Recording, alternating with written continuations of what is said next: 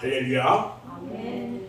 오늘도 거룩하고 복된 주일 아침에 하나님의 전에 나와서 예배하는 사랑하는 여러분 모두에게 하나님의 은혜와 기쁨이 충만하게 임하시기를 주님의 이름으로 축원합니다. 아멘.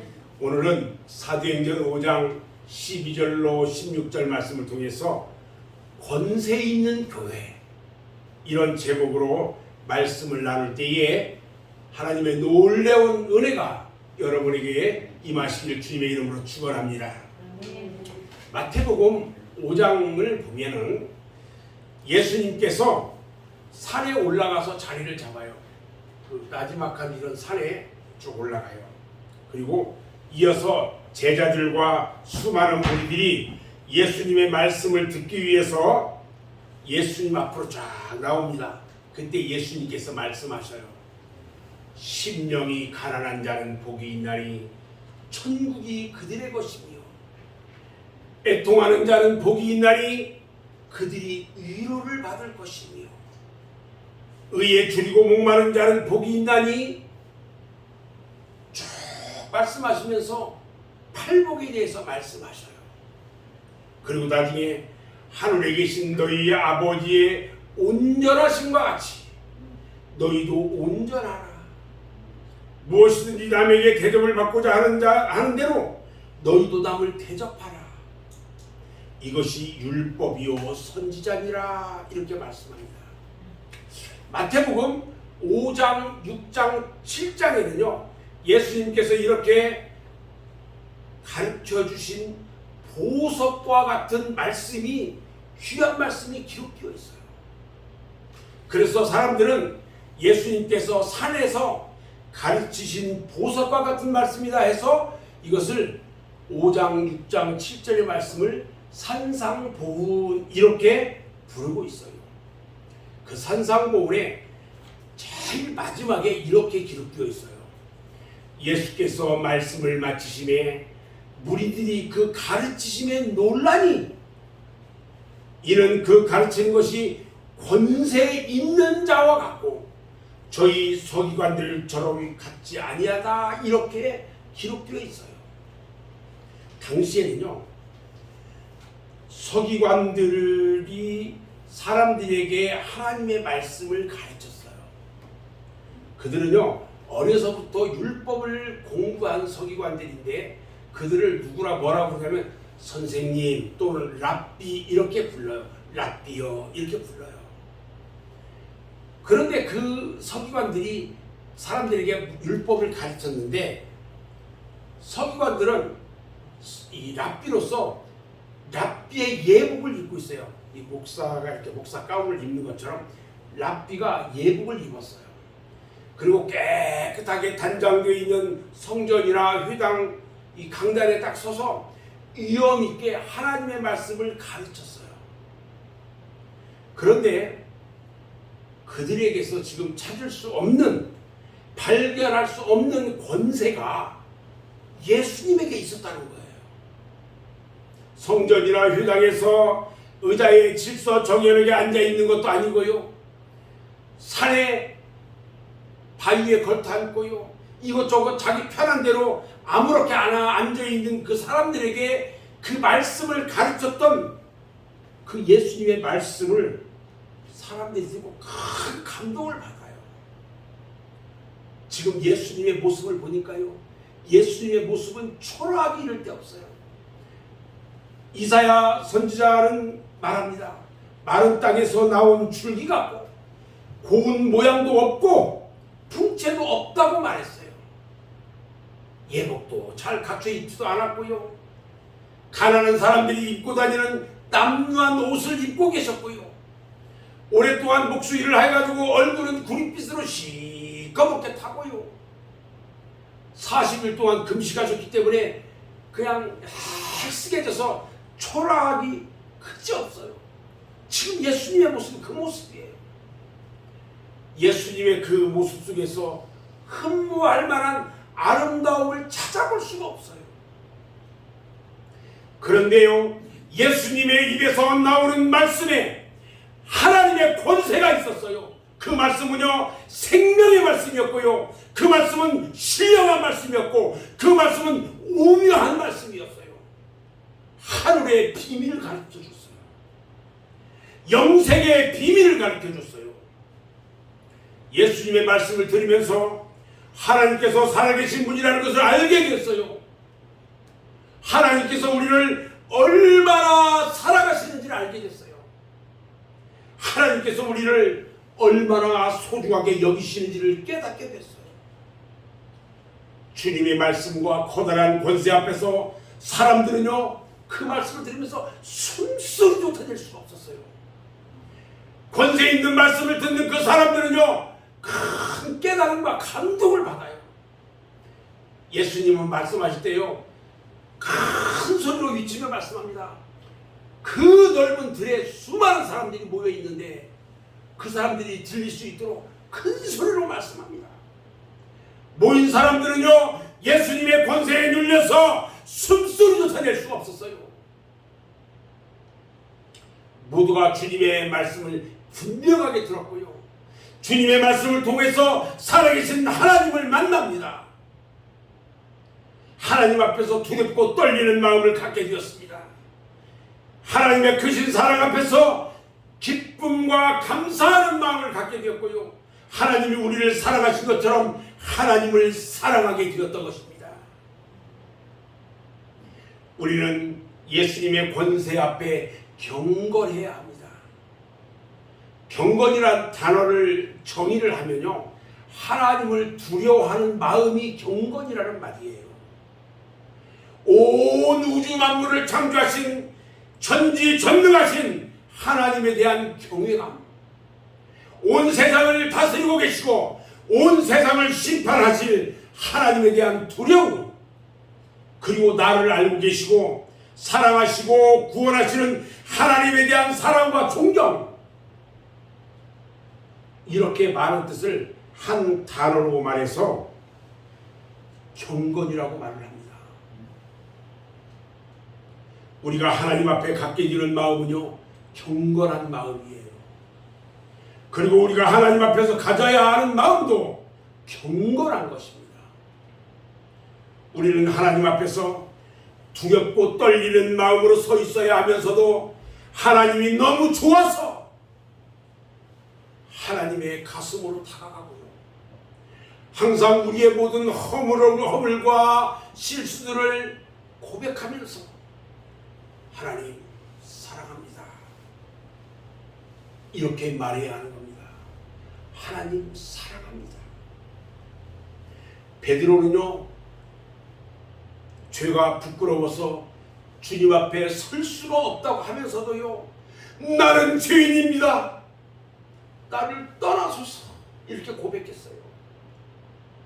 그러면서 주님의 사랑의 손에 붙들렸고요, 주님이 주신 사명에 붙잡혀 있었어요. 이것이 하나님의 권세 앞에서 우리들이 갖게 되는 가져야 하는 경건한 삶인 거예요. 우리 예수님은요 서기관과 같지 않으시고요 권세가 있으셨어요. 우리 예수님은요 바리새인과 같지 않으시고 권세가 있으셨어요. 우리 예수님은 세상의 임금들과 같지 않으시고 권세가 있는 분이셨어요. 이 세상의 수많은 종교들을 세운 석가모니나 마호메시나 공자처럼 같지 않았어요. 우리 예수님은 하늘의 권세, 신령한 권세, 생명의 권세, 영원한 권세가 있으신 것입니다. 아멘. 예수님께서 마태복음 28장 18절에 말씀합니다. 하늘과 땅의 모든 권세를 내게 주셨으니 그러므로 너희는 가서 모든 족속으로 제자를 삼아 아버지와 아들과 성령의 이름으로 세례를 주고 내가 너희에게 분부한 모든 것을 가르쳐 지키게 하라. 볼지어다 내가 세상 끝날까지 너희와 항상 함께 있으리라 말씀하셨습니다. 하늘의 또 땅의 권세를 가지고 계신 예수님께서 우리에게도 하늘과 땅의 권세를 주셨고 우리와 함께 하시겠다고 약속하셨어요. 사도행전 1장 8절의 말씀을 보면 오직 성령이 너희에게 임하시면 너희가 권능을 받고 예루살렘과 온 유대와 사마리아 땅 끝까지 이르러 내 증인이 되리라 말씀하셨어요. 하나님께서 제자들에게 또 우리에게 주님의 몸된 교회에게 권능을 부어 주시겠다고 약속하셨어요. 오늘 본문 사도행전 5장 11절 말씀을 보면 예루살렘 교회가 주님이 주신 권세를 가지고 있다는 것을 보여줍니다. 온 교회와 이 일을 돕는 사람들이 다 크게 두려워했다고 그랬어요. 아나니아와 삽비라 사건 후에 사람들이 교회를 두려워합니다.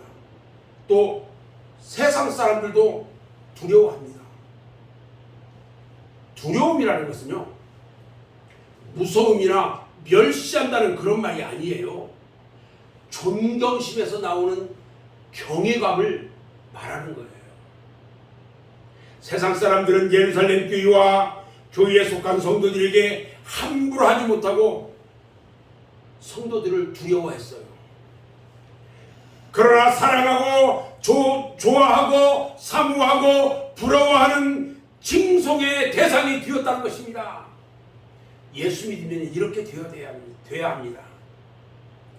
그들은요, 예루살렘 교회를 통해서 살아계신 하나님을 보았기 때문입니다. 하나님의 역사하심을 보았기 때문입니다. 하나님에 대한 두려움을 갖듯이 주님의 교회와 하나님의 백성들인 교인들에게도 두려움을 갖게 되었고 존경하게 되었던 것입니다. 자, 그러면요, 이런 우리 교회에 대해서 또 우리 성도들에 대해서 두려워하고 칭송하게 된 이유가 과연 무엇이었을까? 저는 세 가지로 생각해 봅니다. 첫째는요, 교회가요 신령한 보화를 가지고 있고요 교인들에게 그것을 주었기 때문에 그렇습니다. 예루살렘 교회는요 최초 마가의 다락방에 세워졌어요. 110명의 사람들로 시작이 됐는데 나날이 숫자가 늘어나면서 큰 무리가 되었어요. 세상 사람들은 많은 사람들이 교회로 몰려가는 것을 보면서 교회에 도대체 뭐가 있기 때문에 저렇게 사람들이 몰려드는 것이냐 이렇게 생각했어요. 교회가 재물을 주는 것도 아니고 권세를 주는 것도 아닌데 무엇을 얻기 위해서 교회로 가는 것일까? 분명 세상의 재물이나 권세보다도 더 소중하고 귀한 것을 얻을 수 있는 곳이 교회구나 이렇게 생각을 하기 시작했어요. 사도 베드로가 성전 미문에 앉아서 구걸하는 사람들에게 가서 말합니다. 금과 은은 내게 없지만 내게 있는 것을 너에게 주노니 곧 나사렛 예수 이름으로 일어나 걸어라 할렐루야 외쳤어요. 베드로의 외침대로 교회에서나 금이나 은은 주지 않습니다. 세상의 보화를 주지 않아요. 세상 사람들이 갖기 원하는 명예와 권사를 주지 않아요. 그러나 나사렛 예수 구원자 영원한 생명 신령한 복 하늘의 복 영원한 복을 세상 사람 모두에게 주는 것입니다. 교회만이 세상의 금은보화로 살 수 없는 신령한 것과 영원한 것을 줄 수 있다는 것을 바라본 거예요. 교회만이 신령한 보화를 줄 수 있고 교인들만이 신령한 보화를 소유하고 있다는 것을 보고는 그들에게 존경하는 마음, 부러운 마음으로 바라보고 칭송을 했던 것입니다. 두 번째는요, 교인은 믿음 위에 서 있고요 교인들이 반석 같은 믿음 위에 굳게 서 있기 때문에 그들은 칭송하고 바라봤어요. 교회가 크게 부흥하고 있을 때에 두려움을 느낀 유대교회 대제사장들은요 긴급하게 살해드린 의회를 소집합니다. 그리고 교회의 우두머리인 베드로와 요한을 붙잡아서 구속하고 수감시켜버렸어요. 그들은 교회에 우두머리를 딱 잡아서 잘라버리면 그들을 따르는 수많은 사람들이 다 흩어질 것이라고 생각했어요. 사내들인 의회에서는요, 베드로와 요한을 딱 앞에 두고 이야기합니다. 다시는 예수가 죽은 자 가운데서 다시 살아났다고 이야기하지 마라. 그러면서 엄하게 위협합니다. 그런데 베드로와 요한이 당시 의회의 의원들과 유대인들의 권세자들을 향해서 우리가 당신들의 말을 들어야 하겠습니까? 아니면 하나님의 말씀을 들어야 하겠습니까? 우리를 보고 들은 것들을 말하지 말라고 하는데 우리는 그렇게 할 수가 없습니다. 당당하게 얘기했어요. 생각해보세요. 갈릴리 호숫가에서 고기 잡던 배운 것 하나 없고 가진 것 없는 무식한 사람들. 저 사람들은 다 한마디로 그냥 윽박 풀려버리면 고개 푹 숙이고 잘못했다고 말할 줄 알았는데 얼마나 그들이 확신에 차가지고 담대하게 말하는지 오히려 협박한 권세자들이 더 당황하고 말았어요. 사내들인 의회의 의원들은요, 어찌할 수 없어서 다시는 예수의 부활을 전하지 말라고 협박한 뒤에 그냥 헐벗이 풀어줬어요. 사도들은요, 담대한 마음으로, 담대한 믿음으로 세상을 이겼습니다. 교회는요, 믿음 위에 굳게 서서 세상을 이겼습니다. 이것을 바라본 세상 사람들은요, 교회와 교인들을 존경하는 마음으로 바라보고 칭송했단 말입니다. 최고의 권력자들 앞에서 어떻게 그렇게 당당할 수 있었겠느냐는 거예요. 그들은요, 예수 부활을 전하지 말라고 협박했지만 더욱 담대하게 전했어요. 세상의 권세보다 대주제이신 하나님, 살아계신 하나님을 의지하기 때문인 것입니다. 아멘. 하나님께서 사도들과 함께하고 있습니다. 하나님께서 교회와 여러분들과 함께하고 계십니다. 하나님께서 함께하시지 않으시면 확신에 차서 담대하게 주의 일을 힘쓸 수가 없는 겁니다. 교회와 성도들이요, 반석과 같은 믿음을 가지고 살아가는 것을 보면서 사랑하고 존경하고 세상 사람들이 칭송했던 것입니다. 히브리서 11장 38절에 보면요, 이런 사람은 세상이 감당치 못하도다, 이렇게 말씀하고 있어요. 믿음 가운데 있는 사람들과 성도들을 세상이 어쩌지 못하는 것입니다. 세상이 그들을 당하지 못하고 두려워하는 거예요. 그들은 예수 그리스도를 위해서 희롱과 채찍질 뿐만 아니라 결박을 당해서 옥에 갇히는 사람도 받았고, 시험도 옥에 갇혀가지고 시험도 받았고요, 또 돌로 치는 것이나 톱으로 자르는 것이나 칼에 죽임을 당하는 온갖 환난을 당했는데요, 믿음으로 핍박 가운데서도 담대하게 신앙생활했고요, 결코 하나님 나라의 소망을 포기하지 않았어요. 초대교회 성도들은요, 그렇게 세상 사람들에게 두려움을 가져다 줬고요, 세상 사람들로부터 존경과 칭송을 받았습니다. 세 번째는요, 교회가요, 세상 사람들에게 두려움의 대상이 되었고요, 칭송을 들은 것은 교회가 성결하기 때문이에요. 그 당시에 초대교회에 부자들이 제사를 팔아가지고 교회에 헌금하는, 그리고 주님의 사랑을 실천했어요. 그것을 가지고 많은 사람들이, 어려운 사람들이 나눠 가져서 먹을 수 있도록 나눠주고 이렇게 했어요. 그런 주님의 사랑을 실천할 때에 부자였던 아나니아와 삽비라 부부가 있었어요. 그 부부도 이 사랑의 운동에 동참하기로 했어요.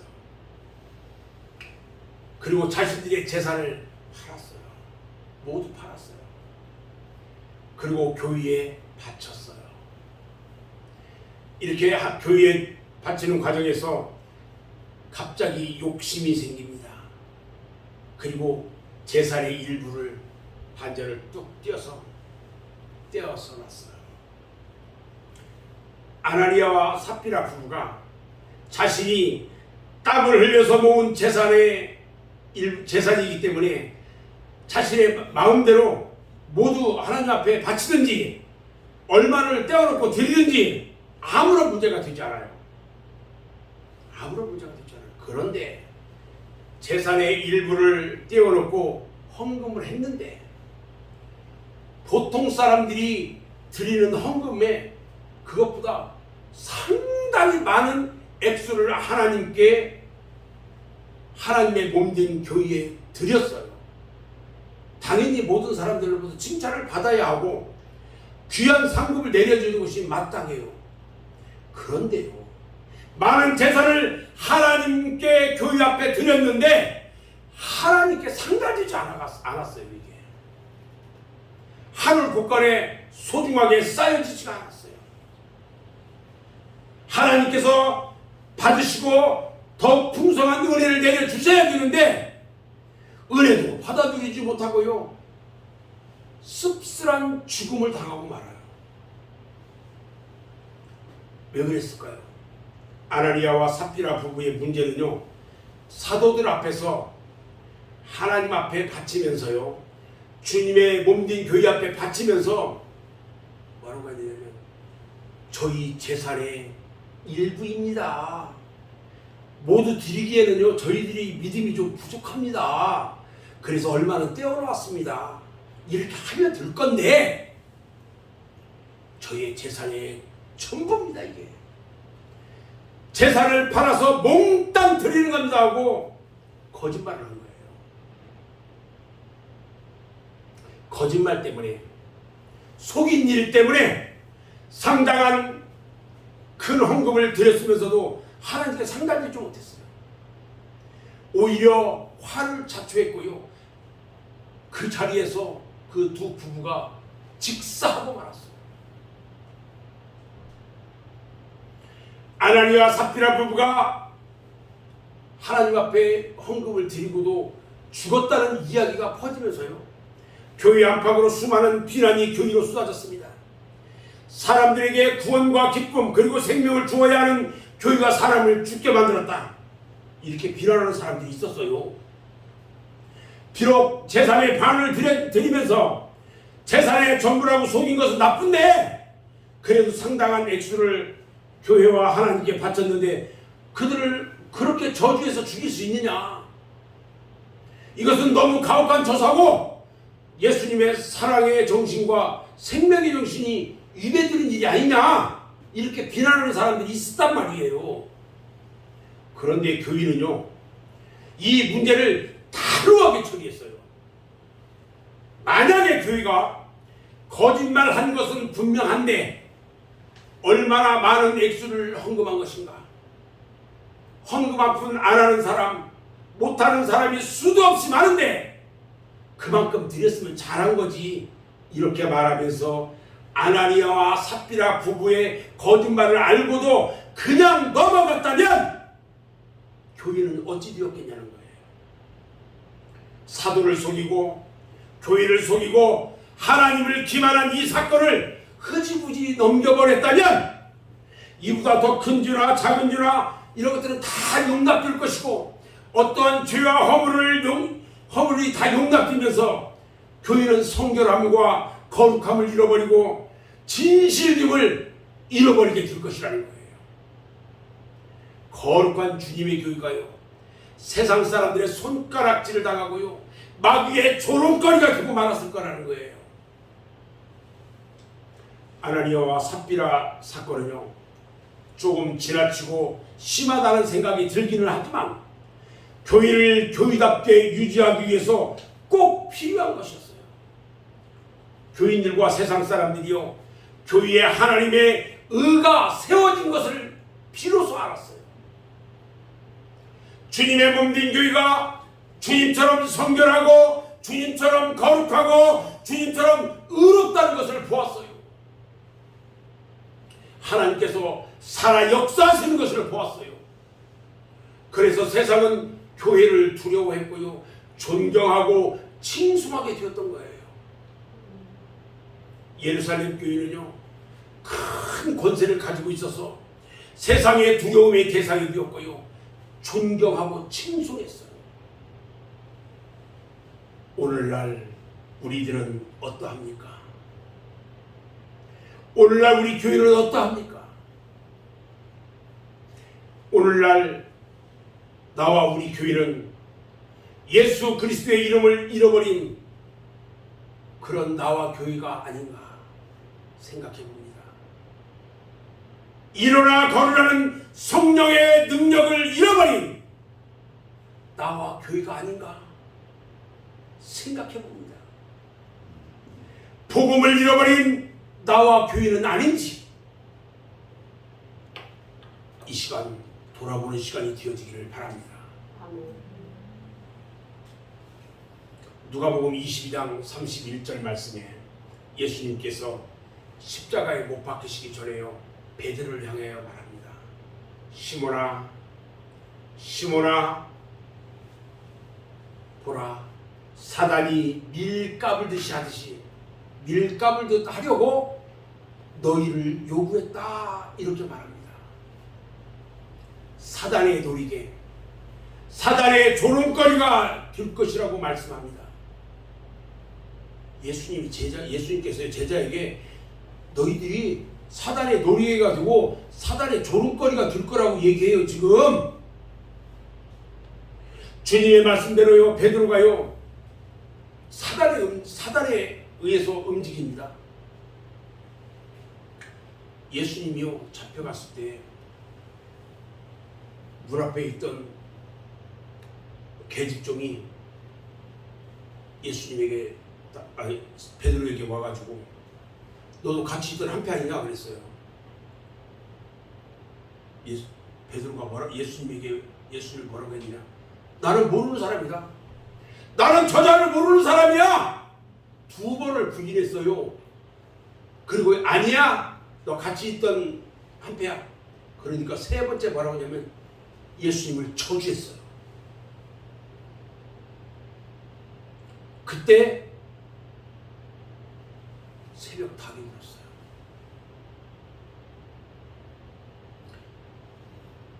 베드로가 예수님을 멀리 떠났어요.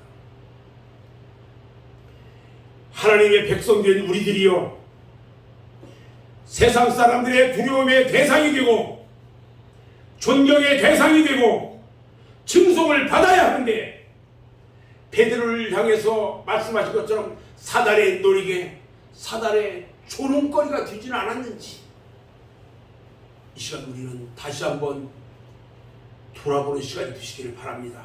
아멘. 저는 오늘 말씀을 마무리하려고 합니다. 초대교회처럼 세상이 교회와 우리를 바라보면서요, 존경하고 사랑하고 칭송하도록 해야 합니다. 우리는 하루의 부활을 쌓아놓는 정금과 같은 믿음을 가지고 살아야 합니다. 그래서 하나님의 말씀에 붙잡혀 살기를 바랍니다. 하나님께서 우리에게 주신 사명에 붙잡혀 살기를 바랍니다.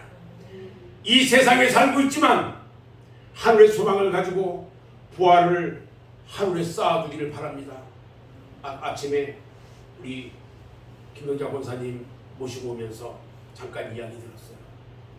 매일 큰딸과 둘이 성경 2구절을 보면서 같이 기도하고 찬송하고 예배한대요.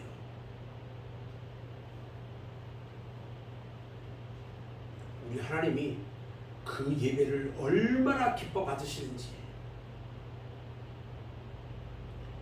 아침에 가슴이 뭉클했어요. 우리도요, 초대교회처럼 반석과 같은 믿음을 가지고 살아야 합니다. 환난과 핍박 가운데서 흔들리지 않고 오직 하늘의 소망을 굳게 잡고 하나님께서 위에서 부르시는 상급의 표대를 향해서 달려가야 합니다. 세상이 어떻게 하든, 환경과 처지가 어떠하든 신앙생활을 하는 데 있어서 세상이 감당하지 못하는 삶을 살게 되기를 바랍니다. 우리도 초대교회처럼요, 하나님의 의를 이루는 삶, 성결한 삶, 정직한 삶, 사랑의 삶을 살게 되기를 바랍니다.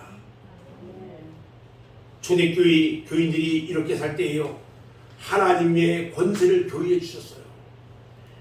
교회 성도들에게 권세를 주신 겁니다.